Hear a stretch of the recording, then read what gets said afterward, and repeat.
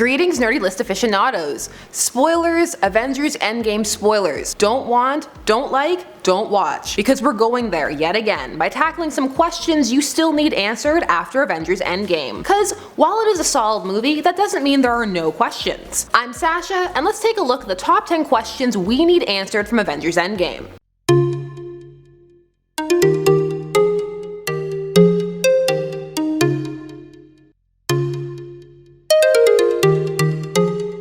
Number 10. Black Widow's solo film. Spoilers, last chance, please don't spoil yourself if they upset you. So if you've come out after Endgame, you know that not every Avenger made it through, and one of those who sacrificed themselves and did whatever it takes was Black Widow. She sacrificed herself for the Soul Stone. As a result, Natasha found herself in a more permanent realm of death than the dusted Avengers. However, a solo Black Widow film has been announced, which means people are now wondering, so what exactly will it be? Well, strong rumors say it will be a prequel set before the Avengers film, the first one from 2012. But for some fans, it is less a question of when and what, and more a question of will the emotional impact be there? Will fans be drawn to the seats because of love for the character, or will the finality or seeming finality of what occurred? With all of that, will people still care? I can hear you now. Of course we care. Avenge the fallen. Number 9. West Coast Avengers. Before Endgame's release, the Disney Plus streaming service was announced, and with that came a series of announcements of, well, upcoming series. One of these was Hawkeye.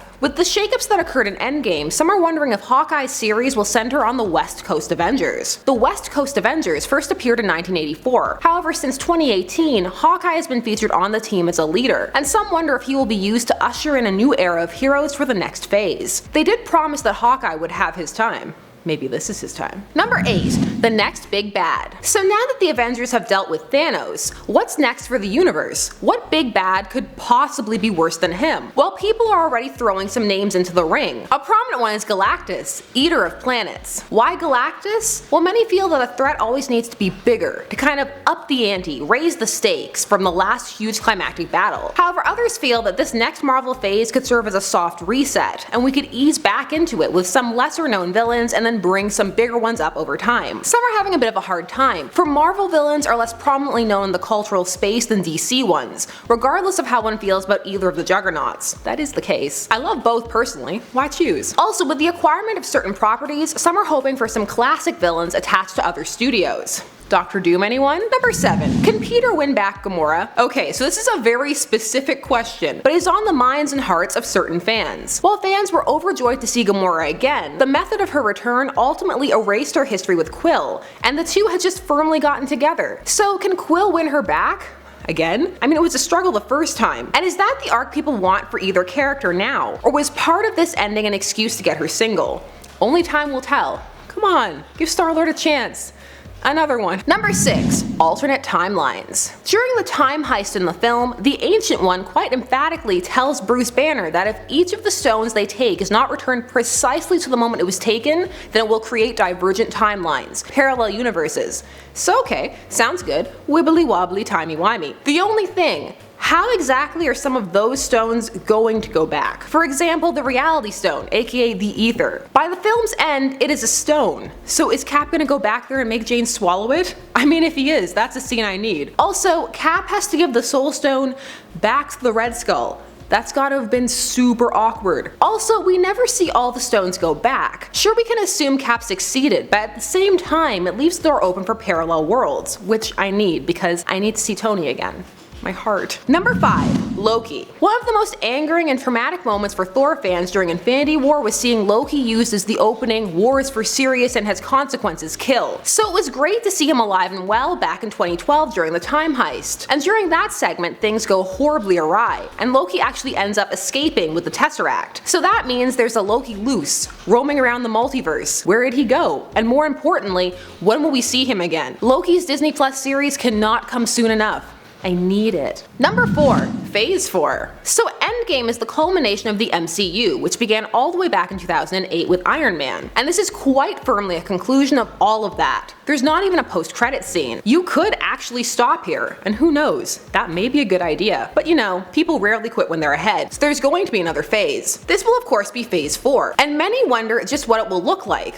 Oh sure, some of the films have been announced or are already on the way, but many wonder, will the next phase have the same appeal, the same sense of wonder? Can the superhero boom really keep sustaining itself? Only time will tell, and I for one am fascinated to find out. Number 3. Happy and Pepper? Avengers Endgame led to the tragic but narratively fitting end of Tony Stark, which left behind a grieving Pepper and a young daughter, Morgan. It also left behind his bodyguard, Happy, who was already moving into a protective role over little Morgan. Well, maybe we could be seeing the start of Pepper and Happy getting together. For a long time in the comics, these two were married. In fact, I was actually a bit surprised they went so hard down the Pepper and Tony angle. But hey, it worked for the MCU. I don't know if fans would want to see that too though. They were pretty attached to pepperoni. Side note, someone told me never to say that again, but well, pepperoni. Number 2.